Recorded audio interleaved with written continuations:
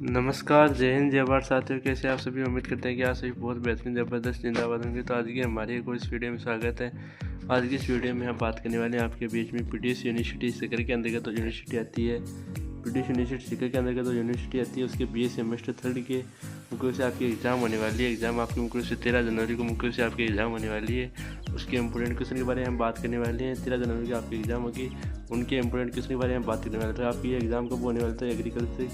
Agriculture technology की आपकी AEC के अंतर्गत 2 सब्जेक्ट आते हैं। कौन से में? एईसी में जो आपकी सब्जेक्ट एईसी में जो आपका एग्ज़ाम आती है, एईसी यानी कि आपकी एग्रीकल्चर टेक्नोलॉजी आपकी जो एग्ज़ाम होगी, उसके कुछ नोट्स हम आज की इस क्लास में हम करने वाले हैं। इसकी बड़ी लॉन्ग क्लास आपकी मुख्य रूप से शनिवार को या रविवार को मुख्य रूप से आपकी हो जाएगी। 9 या 10 तारीख को आपकी लगभग हो जाएगी। 10 या 11 तारीख को आपकी ये क्लास मुख्य रूप से हो जाएगी आपके अपने YouTube channel running with Tejal पर। तो बिना किसी देर के हम अपनी क्लास को प्रारंभ करते हैं। तो बिना किसी देर से क्लास को आगे कंटिन्यू करते हैं, ठीक है। सबसे पहले कृषि प्रौद्योगिकी का परिचय के बारे में हम सबसे पहले बात करेंगे। आज की इस क्लास में हम नोट्स के बारे में बात करेंगे। किसी प्रकार के वन लाइनर क्वेश्चन के बारे में थोड़ी बहुत बात करेंगे और बड़े किस्म वाले क्वेश्चन के बारे में आज हम बात नहीं करेंगे, ठीक है। सबसे पहले हम करेंगे कृषि प्रौद्योगिकी का परिचय। तो कृषि प्रौद्योगिकी का परिचय किस प्रकार होता है?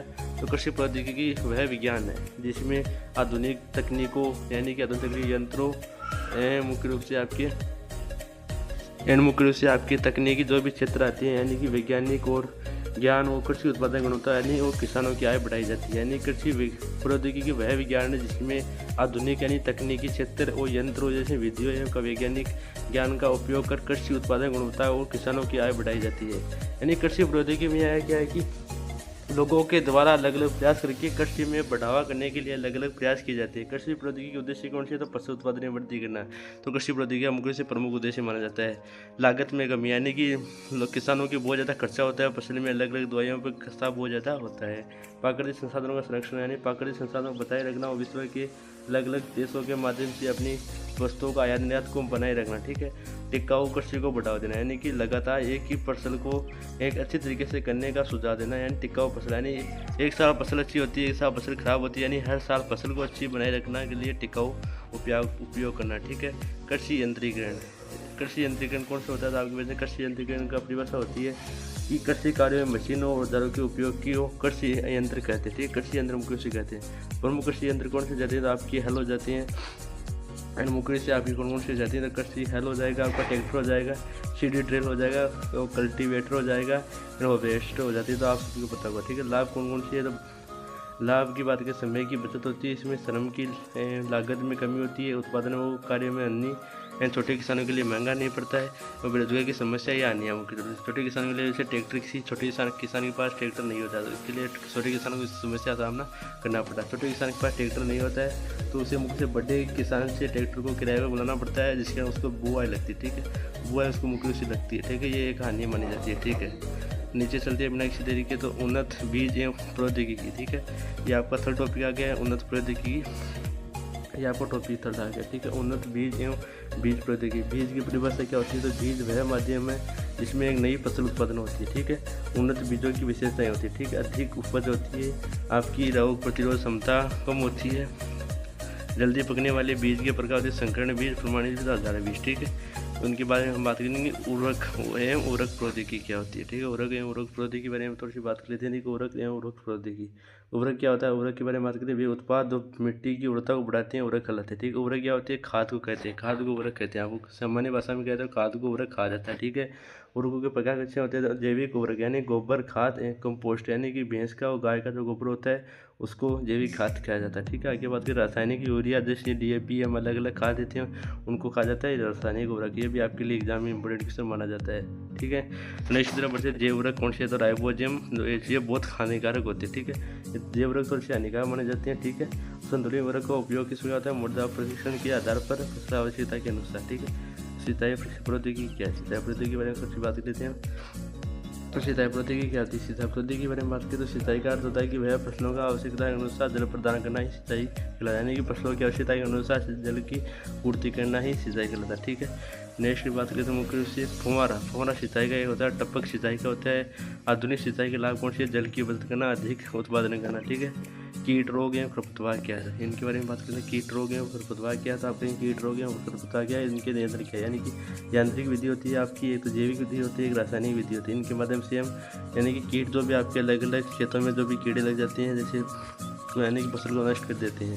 जैसे टिड्डी हुई, वैसे मुख्य रूप से अलग अलग रासायनिक कीट होते हैं जैसे, और ये बात कर लेंगे उनके बारे में। एंड कृषि आपका 7 टॉपिक आ गया, ठीक है। कृषि में सूचनाएं और प्रसारण क्या है? कृषि में सूचनाएं और प्रसारण क्या है? यानी कृषि में सूचनाएं और संचार प्रौद्योगिकी क्या है? तो आप कहेंगे ICT का उपयोग क्या होता है? मौसम की जानकारी करना, यानी कि आजकल सभी किसानों को पता चल जाता है मोबाइल के माध्यम से कि कब फसल हो, कब बारिश होने वाली है। मोबाइल के माध्यम से पता चल जाता है कि कब बारिश होगी, कब होनी होगी। तो ये किसके माध्यम से होता है? तो ICT के माध्यम से होता है, ठीक है। बाजार प्रभाव, फसल बढ़ा, यानी कि बाजार में फसल का भाव क्या है, ये मुख्य से पता चल जाता है। प्रमुख माध्यम आपकी मोबाइल, इंटरनेट, किसानी, बिल्कुल आपका राइट आंसर हो जाएगा। टिकाऊ या जैविक कृषि, टिकाऊ या जैविक कृषि किसे कहा जाता है? टिकाऊ या कृषि क्या? टिकाऊ कृषि। टिकाऊ कृषि के बारे में बात करें तो ऐसी कृषि दो वास्तविकता को पूरा करते हुए भविष्य की पीढ़ियों की संसाधन को सुरक्षित रखें। जैविक कृषि के सिद्धांत कौन से? तो आपके रसायनों का न्यूनतम उपयोग, ठीक। जैविक खेती इसका मुख्य कृषि होता है, ठीक है। प्राकृतिक संसाधनों का संरक्षण करना, ठीक है। परिसर उपयोगी बिंदु, परिसर याद रखिए, लाभ हानि पर विशेष ध्यान दें, ठीक है। और एक आपके थोड़ी सी वन लाइनर क्वेश्चन के बारे में बात कर लेते हैं। आपकी वो तो हम वन लाइनर क्वेश्चन करेंगे, 100 वन लाइनर क्वेश्चन आपके एग्जाम के लिए हम करेंगे, लेकिन आज की इस क्लास में हम आपके बीच में 50 वन लाइनर क्वेश्चन नहीं करेंगे। एक बड़ी क्लास आपकी होगी, उसमें मुख्य से हम करेंगे आपके 100 क्वेश्चन, ठीक है। वो क्लास आपकी बहुत बड़ी क्लास होगी, लगभग 2 से 3 घंटे की आपकी वो क्लास होने वाली है, ठीक है। 2 से 3 घंटे की मैक्सिमम क्लास होगी, वो होगी लास्ट में रामबाण क्लास। वो क्लास अगर आपने कर ली तो आपका समझ लीजिए कि आपका पेपर पास की गारंटी बिल्कुल ले ली गई है, ठीक है। वो आपकी 2 से 3 घंटे क्लास होगी, आपके लिए एक शॉर्ट रिवीजन के माध्यम से रिकॉर्डेड क्लास थी। ये क्लास आपकी लाइव क्लास होने वाली है, ठीक है। ये आपकी लाइव क्लास होगी, इधर वाली ये आपकी लाइव क्लास होगी, ठीक है। ये लाइव क्लास आपकी मुख्य से होने वाली है, ठीक है। तो बिना किसी तरीके हमारे फर्स्ट क्वेश्चन बढ़ते हैं। कृषि प्रौद्योगिकी क्या? तो आप कहेंगे आधुनिक तकनीकों द्वारा कृषि उत्पादन को बढ़ाने की क्षमता को ही कृषि प्रौद्योगिकी करता है। कृषि यंत्रीकरण का अर्थ क्या? तो कृषि यंत्रीकरण ने कृषि में कार्यों का मशीनों के माध्यम से उपयोग करना, ठीक है। नेक्स्ट आता है ट्रैक्टर का प्रमुख उपयोग क्या है? तो आप कहेंगे ट्रैक्टर का प्रमुख उपयोग क्या है? ट्रैक्टर का प्रमुख उपयोग जुताई और कृषि कार्यों के लिए होता है। सीड ड्रिल का उपयोग क्यों किया जाता है? समान गहराई व दूरी पर बीज बोने के लिए किया जाता है, ठीक है। उन्नत बीज की मुख्य विशेषता क्या? तो आप कहेंगे अधिक उपज देना, ठीक है। ये बिल्कुल आपका राइट आंसर हो जाएगा। संकर बीज किसे कहते हैं? संकर बीज 2 भिन्न किस्मों के संस्करण से बने बीज, ठीक है। तो संकर बीज किसे कहते हैं? तो आप कहेंगे संकर बीज किसे कहते हैं? तो आप कहेंगे संकर बीज 2 भिन्न बीजों के संस्करण से बने बीज को संकर बीज कहा जाता है, ठीक है। बीज प्रमाणन का उद्देश्य क्या? हमको बताना है कि बीज प्रमाणन का उद्देश्य क्या था। आप कहेंगे बीज प्रमाणन का शुद्ध एवं गुणात्मक बीज उपलब्ध करना, ठीक है। उर्वरक किसे कहते हैं? तो मिट्टी की उर्वरता बढ़ाने वाले पदार्थ को ही उर्वरक कहा जाता है, यानी कि खाद आपके मुख्य रूप से होता है, ठीक है। एग्जाम्पल खाद बिल्कुल हो जाएगा आपका बीज में।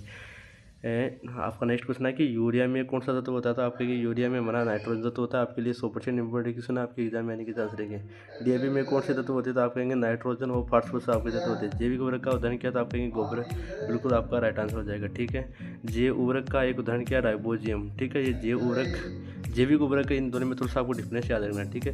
ये जैविक उर्वरक है, यहाँ पर जैव उर्वरक है। जैविक उर्वरक बढ़िया होता है, जैव उर्वरक थोड़ा सा हानिकारक माना जाता है, ठीक है। आपको बिना किसी तरीके आगे क्लास में कंटिन्यू रहते हैं, ठीक है। मृदा परीक्षण क्यों आवश्यक है? आपको बताना है कि मृदा परीक्षण क्यों आवश्यक है। तो आप कहेंगे संतुलित उर्वरक उपयोग के लिए मृदा परीक्षण आवश्यक है। सिंचाई का अर्थ क्या है? फसलों को जल प्राप्त करना, यानी फसलों की आवश्यकता के अनुसार जल प्राप्त करना ही सिंचाई कहलाता है। टपक सिंचाई का मुख्य उद्देश्य क्या है? जल की अधिक बचत ही मुख्य से टपक सिंचाई कहलाता है, ठीक है।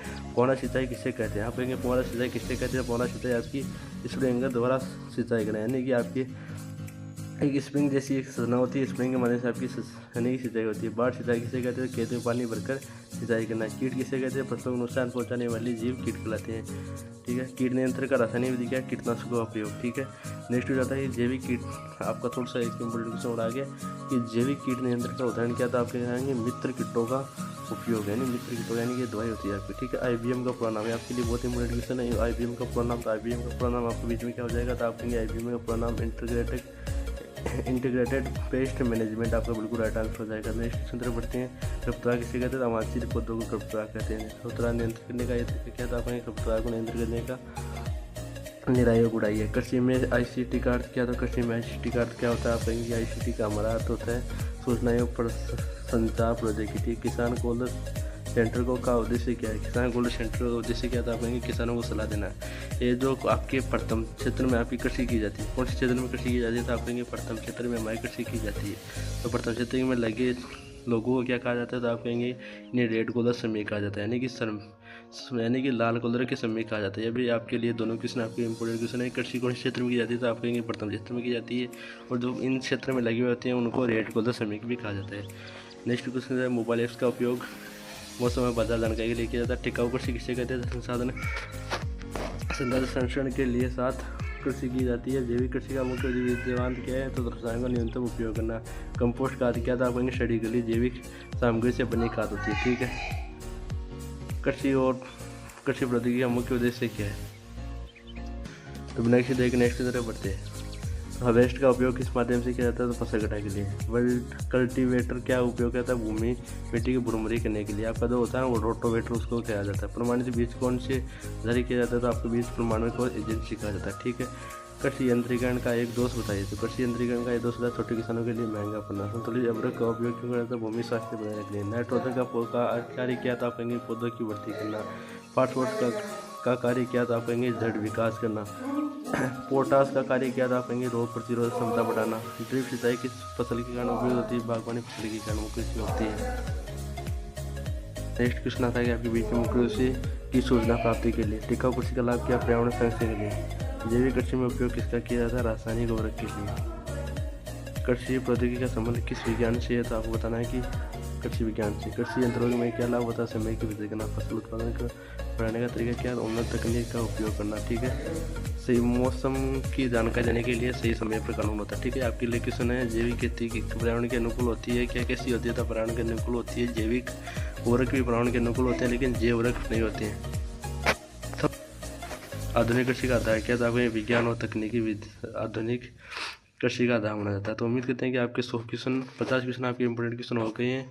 तो उम्मीद करते हैं कि आपको क्लास बहुत अच्छी लगी होगी। 50 हमने थोड़े से नोट्स कर लिए, आपकी नोट्स भी कर लिए और 50 वन लाइनर क्वेश्चन भी कर लिए। ठीक है। 50 वन लाइनर क्वेश्चन भी कर लिए।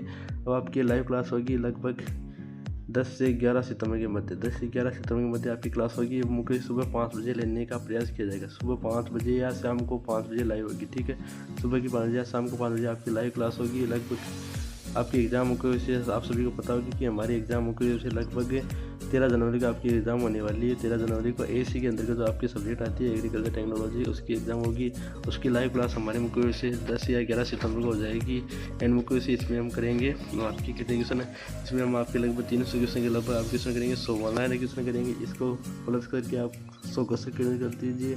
10 क्वेश्चन उससे बड़े करेंगे। तो पेपर का लेवल आता है 3 प्रकार के क्वेश्चन आती है। एक छोटे हुए, एक उससे बड़े आते हैं, एक उससे बड़े आते हैं। यानी एक क्वेश्चन आते हैं आपके 2 नंबर की, और बाद में आते हैं आपके 10 नंबर की, एंड बाद में आते हैं आपके 20 नंबर की। इस प्रकार का पेपर आता है। इसके 2 क्वेश्चन आते हैं, यानी 40 नंबर इसका हो जाता है। एंड मुख्य से इसके 4 क्वेश्चन आते हैं तो 40 नंबर इसका हो जाता है। एंड मुख्य से 2 क्वेश्चन ये आते हैं 20 नंबर के, 2 नंबर के 10 क्वेश्चन ये आते हैं तो लगभग 20 नंबर ये हो जाते हैं। इस प्रकार 40 80 हो जाता है।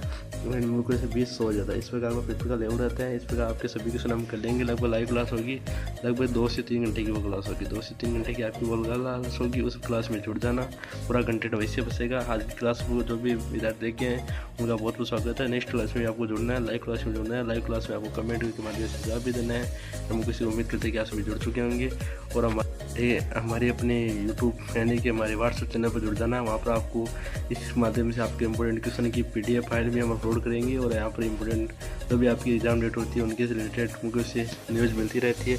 तो उम्मीद करते हैं कि आप सभी चैनल के मदद से जुड़कर एक अच्छी तरीके के साथ PDS यूनिवर्सिटी के हर पेपर पास करेंगे। तो आज की इस वीडियो में इतना ही। मिलते हैं अच्छी वीडियो के साथ। जय हिंद, जय भारत साथियों।